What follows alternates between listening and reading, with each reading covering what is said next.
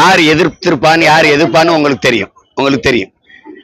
நீங்க கலைஞரின் மகள் கனிமொழிக்கே சீட்டு தராதவங்க கம்யூனிஸ்டுக்கு எப்படி கொடுப்பாங்க? உங்களுக்கு பெரிய எங்காலுக்கு வேற ஒரு சீட்டு அதிகமா கொடுங்கன்னு பேசுறாங்க.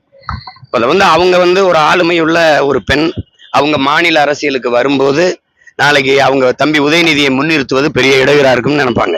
உங்களுக்கு புரிஞ்சுட்டு தான் நீங்க என்கிட்ட கேக்குறீங்க. அதனால அவங்கள இங்க வர விட மாட்டாங்க. அது உங்களுக்கு தெரியும். அவங்க என்னதான் இருந்தாலும் அவங்க உடன் பிறந்தவர்கள், அவங்க குடும்பத்து பெண் இல்லைன்னு அவங்க நினைப்பாங்க. புரியுதா உங்களுக்கு? ஒவ்வொருத்தருக்கு அவரு மந்திரிகளோட ஊழல் குற்றங்களை சாட்சியோடு வெளியிடுவேன் அது எல்லாத்தையும் அப்படின்னு சொல்லியிருக்காரு அப்படின்னு சொல்றாரு. அவர் இவ்வளவு நாள் கூட இருந்துட்டு இப்ப வெளியே வந்திருக்காரு. அவரோட பேச்சு எப்படி எடுப்படும்? அவரோட அரசியல் இது என்ன மாதிரி இருக்கு முன்னெடுப்பு? இதுக்கு நான் என்ன பதில் சொல்றது? நாங்க ஒரே ரத்தம், ஒரே சொந்தங்கள். இதுல அவர் ஒரு நிலைப்பாட்டு எடுக்கிறாரு. அதுல போய் நான் என்ன கருத்து சொல்றது? அதுல ஒன்றும் கருத்து இல்லை. அவரு சொல்றது இப்பவாது சொல்றாருன்னு நீங்க பெருமைப்படுங்க. இப்பவாது அந்த குற்றச்சாட்டை இவர்களை அடுத்த முறை தேர்வு செஞ்சிடாதீங்க அப்படின்னாவது எச்சரிக்கிறார்ல. அதுக்கு நீங்க மைல்ஸ் தான் அடையணும். ஒரு சீட்டுக்காக சரணடைஞ்சு ஆமான்னு சொல்லி சைத்து போகாம வெளியில அடுத்த முறை தேர்வு செஞ்சிடாதீங்க இவங்களை எச்சரிக்கிறார்ல, அதுக்கு பாராட்டுங்க. எல்லாராலும் கைவிடப்பட்ட ராமதாஸ் சசிகலாவோட இணைஞ்சிருக்காரு. எங்களை பார்த்து எல்லா கட்சியும் பயப்பட ஆரம்பிச்சிருக்கு அப்படின்னு ஒரு ஸ்டேட்மெண்ட் கொடுத்திருக்காரு. எல்லாராலும் நீங்க கட்சிகளால கைவிடப்பட்டதா சொல்லாதீங்க. மக்கள் எங்க ஐயாவை கைவிடுவாங்கன்னு நினைக்கிறீங்களா? அப்படி சொல்லுங்க. நீங்க எப்படி அப்படி சொல்றீங்க? அப்படி சொல்லாதீங்க. நான்லாம் அவருடைய பிள்ளை.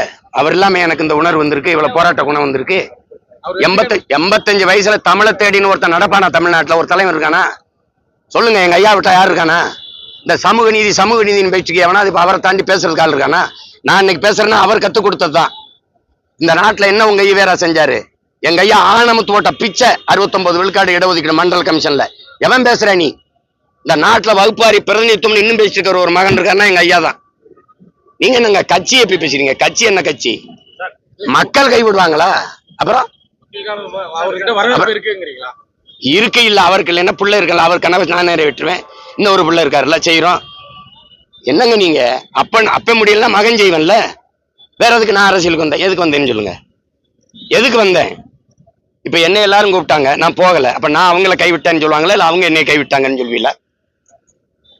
இந்த வயசுலயும் ஏதாவது இந்த நாட்டுக்கு செய்யணும்னு நினைக்கிறாருல, அந்த எண்ணத்தை பாராட்டுங்க. ஏன் போய் வீட்டுல போய் படுப்போம்? என்னத்தையோ போயிட்டு போகுது நாடு, ஏதோ நாசமாயிட்டு போகுதுன்னு படுக்கலாம்ல. அப்ப செய்யல இல்ல. இன்னைக்கு உங்களை உட்காந்து பேசி ஏதாவது ஒண்ணு பேசிட்டு இருக்காருல, இயங்குறாருலங்க, அதுக்கு கைதட்டுங்க, பாராட்டுங்க. என்னங்க? ஆமா, எங்க ஐயாவை பார்த்து, எங்க அண்ணன் வைகோவை பார்த்து, எங்க அண்ணன் திருமாவை பார்த்து, எங்க ஐயா விஜயகாந்த பார்த்து எல்லாரையும் பார்த்து கத்துக்கிட்டேன். கற்றறிவை விட பட்டறிவு மேலானது இல்ல.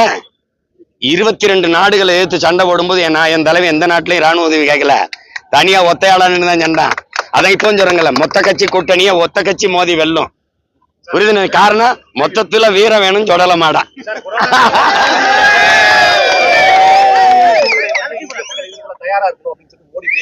கொரோனா காலத்தோட கடுமையான சூழ்நிலை மக்கள் இது கூட தயாரா இருக்கணும். சூழ்நிலையை தரப்போறது அவங்க தானே. அவங்கள இந்த தேர்தலை எதிர்கொள்ள நம்ம தயாரா இருந்துக்கணும். என்ன சூழ்நிலை வருது? நீங்க என்ன சொல்றது? நீங்க ஏற்றுக்கொண்ட பொருளாதார கொள்கை, தனியார் மய தாராளமய உலக மயத்துல ஒவ்வொரு நாட்டையும் சார்ந்து இருந்தவொடனே அவன் அமெரிக்காக்கு ஈரான் மேல போறதுன்னா எனக்கு எரிகாற்று வர மாட்டேங்குது. இப்ப எரிகாற்றுல நான் தற்சார்பு அடையுங்கிறேன். அப்ப என்னை தானே நீங்க தேர்வு செய்யணும். எங்க வந்தவன் செய்யலைன்னா செய்யறன்னு சொல்றவனை வர வைக்கணும்லங்க. அதை விட்டுவிட்டு நீ அவர் சொல்றாரு இவர் சொல்றாரு அப்படின்னா, இந்த பேரிடர் காலம் இப்ப சிலிண்டர் இல்ல, இப்ப எரிபொருள் தட்டுப்பாடு, பெட்ரோல் டீசல் என்ன வண்டியை விட்டுட்டு இப்ப தொடச்சிட்டு சும்மா சைக்கிள் தான் போண்டிதான். மறுபடியும் சைக்கிள், நான் கூட சைக்கிள்ல ஓட்டு கேட்க போலாமான்னு கூட இருக்கேன்.